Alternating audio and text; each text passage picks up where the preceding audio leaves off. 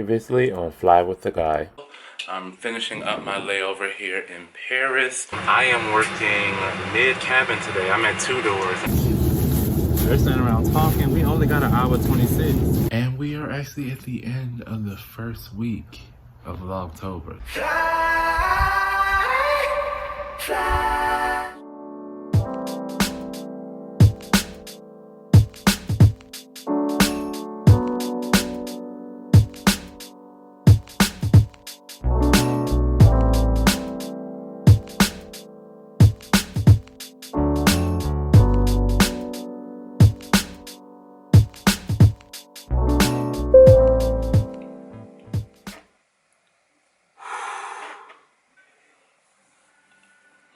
Hey freaking flyers, so welcome back to another day of Vlogtober. As you've seen, we commuted from New York this morning, and when I tell you the jet lag is real.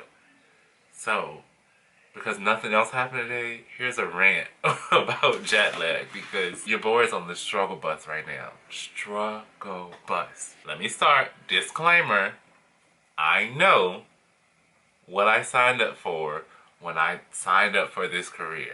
I know what I signed up for being based in JFK but living in Florida. I know all of these things. So I'm not complaining. I'm just sharing what my situation is. You know what I'm saying? Maybe it'll help somebody else. So let's talk about jet lag, okay? Shall we? So jet lag is normally it's associated with international plane travel, but it can actually happen on any flight where you're traveling east or west, crossing 3 or more time zones. That's typically when you're going to experience jet lag, which causes sleep disruption because it throws off your body's internal clock and the way it syncs with the day and night cycles, which is also known as your body's circadian rhythm. Symptoms of jet lag include things like sleeping problems, daytime drowsiness, impaired mental or physical performance, general discomfort, and gastrointestinal issues. So it varies person to person. Everyone doesn't experience jet lag the same as other people. And I'll be honest with you, a lot of people assume that cabin crew, because we travel so much, that we don't get jet lag, and that might be true for some people. For others, it can be very difficult, especially when you work transcon flights, flying across the country multiple times in a week, or transoceanic, transatlantic flights, and you're having to cross so many time zones in a short period of time. For that reason, depending on the person, jet lag can last maybe a few hours to a few days, maybe even a few weeks. There's so many factors, the type of trip you take, when the time of day you travel, things like that. But it always tends to be worse when you're traveling east, which is when time is moving forward, versus traveling west, where you will be moving backwards in time zones, if that makes sense.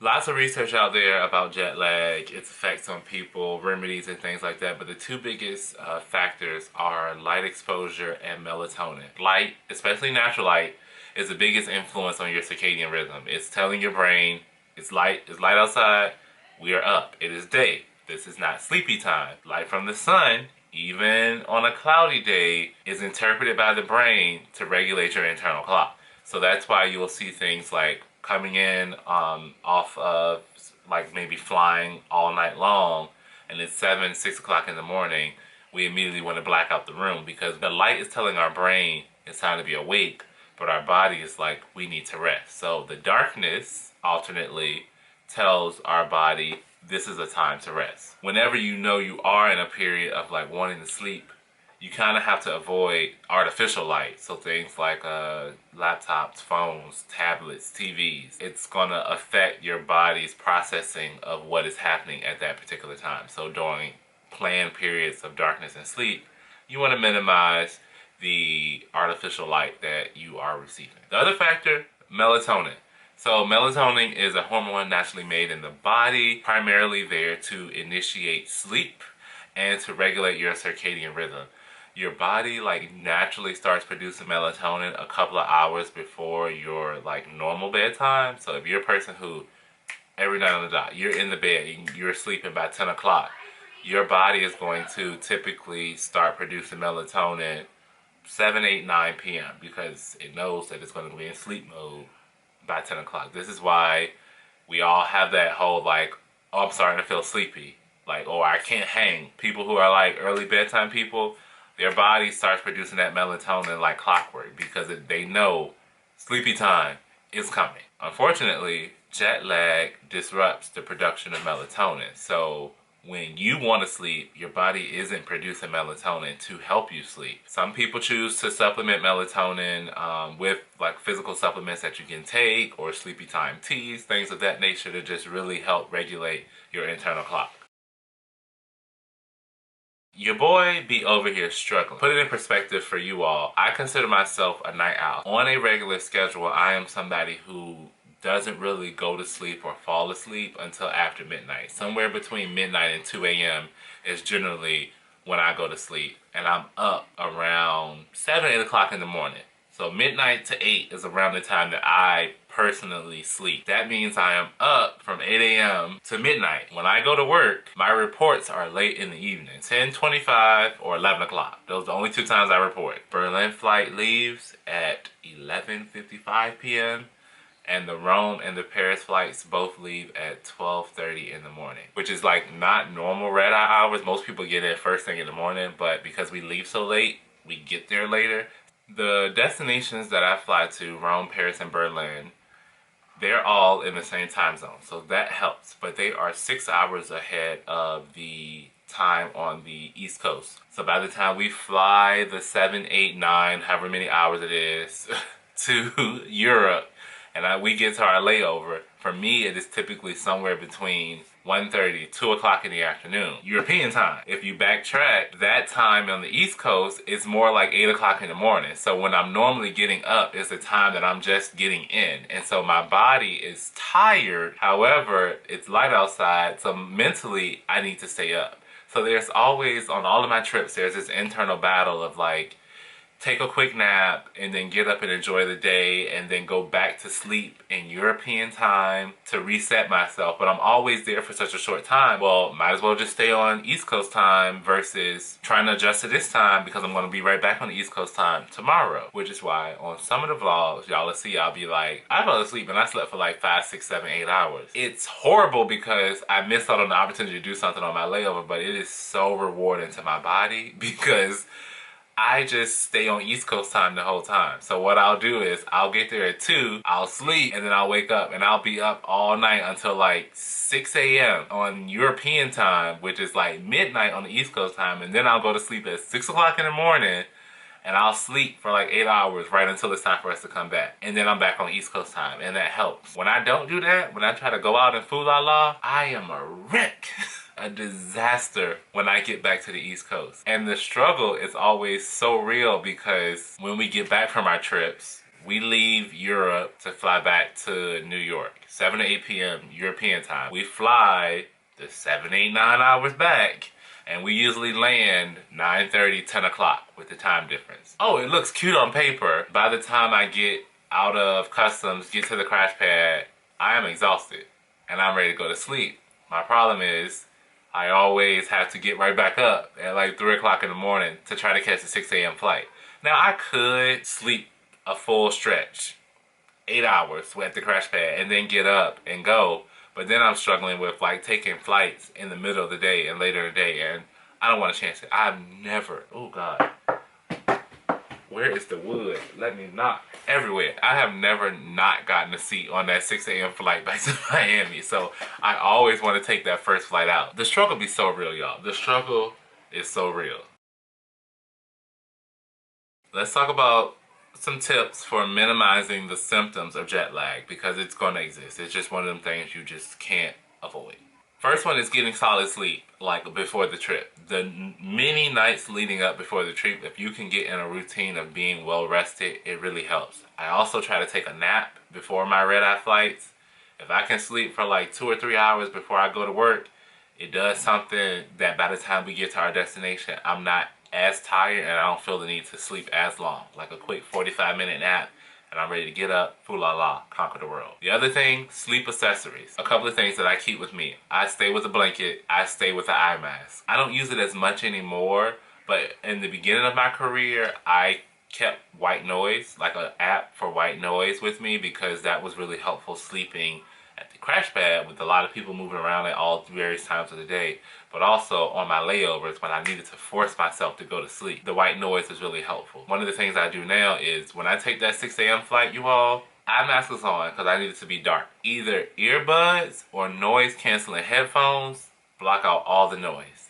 And blanket, I'm out. I always sleep the full 2 hours, 2.5, 2 hours 45 minutes, 3 hours, however long that flight is, I am knocked out. Pack your sleep accessories. They come in handy, and sleep when you can sleep. Sleep when your body is tired. The other thing, don't overschedule. Flight attendants will tell you all the time, listen to your body. When I get to those layovers, you all, as much as I want to go out and explore and do stuff for me, get content for you all, I got a budget time for this sleep. So if my body is like, no, I listen.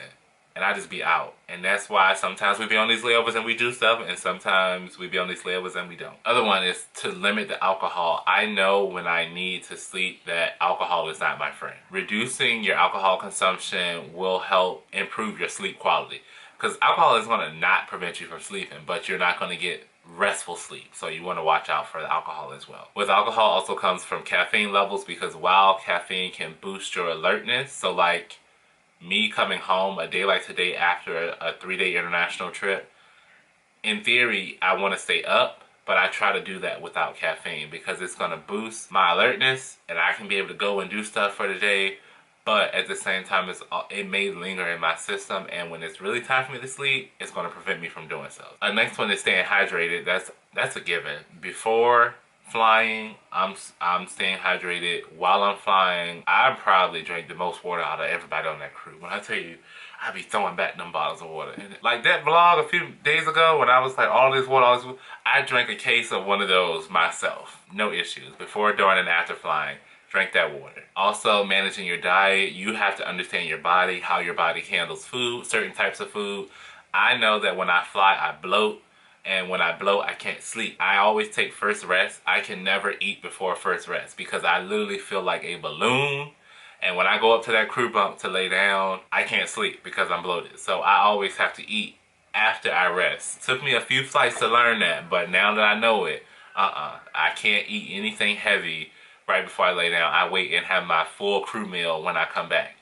You want to opt for lighter meals like fruits and vegetables because they're going to prevent those kind of like gastrointestinal issues. Some people don't suffer from it, but I do. And then lastly, physical activity. Trying to do something physical. I know I slam cook a lot. I'm not a good example for working out on your layovers. Not like I used to be. I used to be on it. I don't know what has changed. But getting some type of physical activity while on the flights. I'm working, so it's easy for me. I'm walking around making laps. I'm doing things. I'm in the galley. I'm moving stuff. If you're a passenger, always make sure that you are up and moving at some point. At that 2-hour mark, you need to get up. It helps to prevent muscle stiffness, and it also helps to prevent blood clots. So you want to make sure you get physical activity, and then exercising at the destination on your layovers is also important things. Research kind of goes back and forth if it can really prevent or help with jet lagness, but it may help with your circadian rhythm. It just depends on the type of workout you do and how that impacts your body. Certain workouts I do first thing in the morning, and they give me the energy I need for the full day. And there's other times when I've worked out at night, I take a shower and I'm ready to go straight to bed. That just varies person to person. Naps are so tricky. You gotta be careful with naps because you gotta determine, like, are you trying to set yourself for the new time zone, or are you trying to stay on your originating time zone? And studies be like, don't nap more than 30 minutes and make sure that you don't nap more than 8 hours before you plan to sleep. That is where I struggle coming back from the east to the west. So when I come home, a day like today, I'm off. I want to get readjusted back to my East Coast time, put my circadian rhythm back in place. As soon as I came off that flight today, I wanted to come here and sleep for like 6, 7, 8, 9, 10 hours, but I can't. So I make it a chill day, but I don't necessarily sleep for too long. I try to not sleep past 2 in the afternoon because I slept the whole flight. That was 2.5 hours. And then I come home and sleep. At this point, I'm now at like 4 or 5 hours of sleep. So I try not to sleep too long so that now I'm up but really I'm tired. So I'm going to sleep well tonight, and I'll be ready to, you know, be more productive tomorrow. So that's it, that's all. That is my rant about jet lag and why sometimes I be coming on this camera looking toe the up.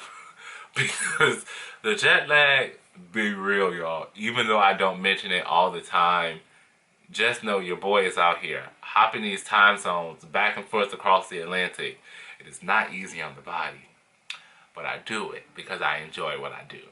I'm Brandon, I'm a guy who flies, and I will see you. Oh, I forgot to mention, if you are a flight attendant or if you're someone who travels often, if you've never traveled before but you have any info on this topic, drop down in our community in the comments and let the other frequent flyers know any tips you have for managing jet lag.